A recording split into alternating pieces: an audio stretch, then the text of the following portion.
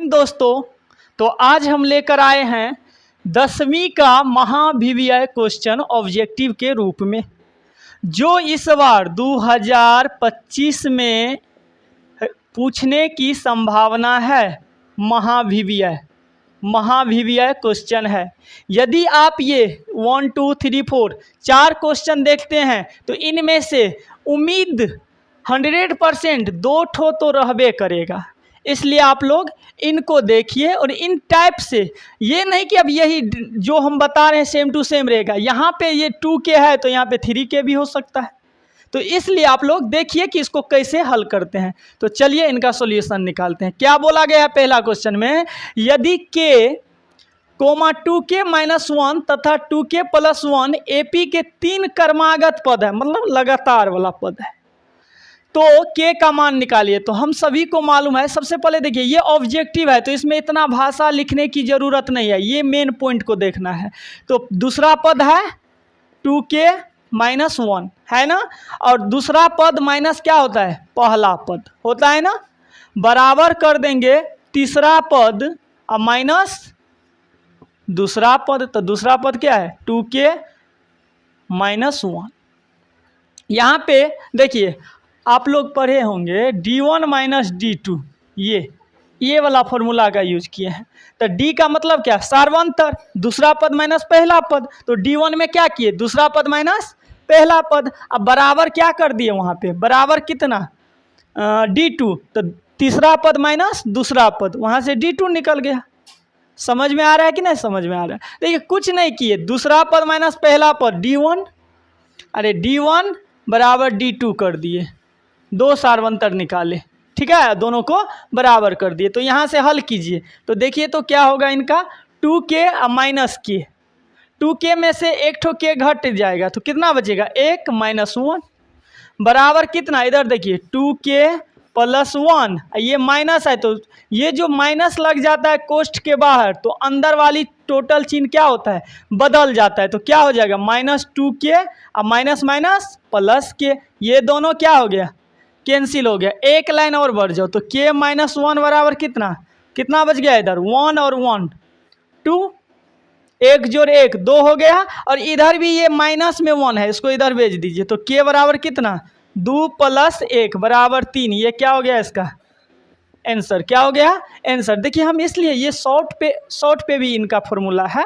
Direct D1 minus D2 कर देंगे तो, लेकिन यहाँ पे हम आपको समझाने के लिए ये थोड़ा विधि बता रहे हैं कि आप लोग सीखिएगा। इस टाइप का जो भी क्वेश्चन हो इसका अप्लाई कीजिएगा, ये 2 नंबर में भी पूछता है, कोई दिक्कत। चलिए आगे बढ़ते हैं। क्वेश्चन नंबर दूसरा में क्या है, P/2n 2n गुने 5m के रूप में इसको लिखना है। तो इसको कैसे लिखे, ये तो दशमलव में दिया है। तो सबसे पहले इनको हल में क्या लिखेंगे कि इनका दशमलव निकाल लीजिए, इनको भिन्न के रूप में। तो 115 बट्टे हम लोग क्या याद होगा कि ये जो पॉइंट रहता है इनका मतलब नीचे में कितना होता है 1, और क्या ठो संख्या है 1 2 3 3 ठो 0, यहाँ क्या कर देंगे पुट कर देंगे, ठीक है। अब देखिए इसमें 5 से डिवाइड कीजिए तो 5 दूनी 10, 1 15, 5 3 15, और नीचे में 5 से डिवाइड कीजिए 5 दूनी 10, 0 0, कितना आ गया बोलिए तो 23 बट्टे कितना, बोलिए 200 ना। तो ऊपर में कौन सी संख्या है, अशांत संख्या है ना, अशांत आवर्ती, क्योंकि 23 का जोड़ा नहीं है इसलिए वो अशांत है, इनको छोड़ देंगे। नीचे में देखिए 200 को हम लोग क्या लिख सकते हैं, बोलिए तो कितना, 5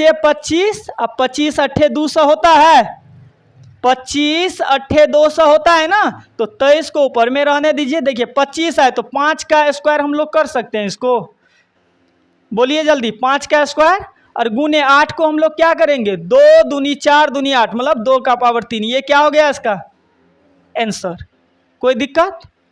चलिए आगे नेक्स्ट बढ़ते हैं। क्या है, बहुपद से क्वेश्चन है कि बहुपद 5p² - 11p + 3 के शून्यकों का गुणनफल अल्फा गुने बीटा। तो इनको हम लोग क्या बनाएंगे, डायरेक्ट बनाइए। a का मान बोल दीजिए क्या होगा, चूंकि a का मान क्या है पहला 5, b का मान कितना होगा दूसरा कितना है -11, और c का मान कितना है 3 है ना।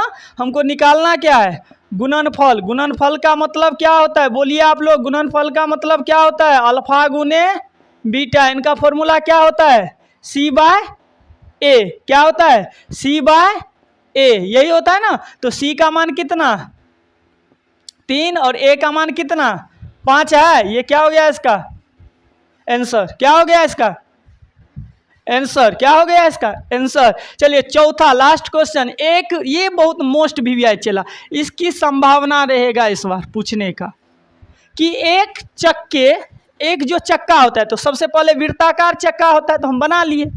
एक चक्के जिसकी त्रिज्या कितना दिया है 14 सेंटीमीटर दिया है, जिसकी त्रिज्या 14 सेंटीमीटर है, बोल रहा है कि ये जो चक्का है ये एक चक्कर का मतलब चला एक बार ऐसे घूम गया, एक बार ऐसे घूम गया तो घूमेगा कौन, हम बताए हैं, याद होगा कि इनको क्या बोलते हैं, ये वाले को परिधि बोलते हैं। क्या बोलते हैं, परिधि। तो घूमेगा तो परिधि है ना, ऐसे घूमेगा, घूमेगा कि नहीं घूमेगा। तो यहाँ पे हमको क्या निकालना है, वृत्त की परिधि निकालना है। डायरेक्ट लिखेंगे यहाँ पे सॉल्यूशन में, चूंकि r बराबर कितना 14 सेंटीमीटर, तो इसीलिए परिधि निकाल लीजिए, वही उत्तर हो गया, क्योंकि ये ऑब्जेक्टिव है। तो क्या हो जाएगा परिधि का फॉर्मूला 2 पाई r।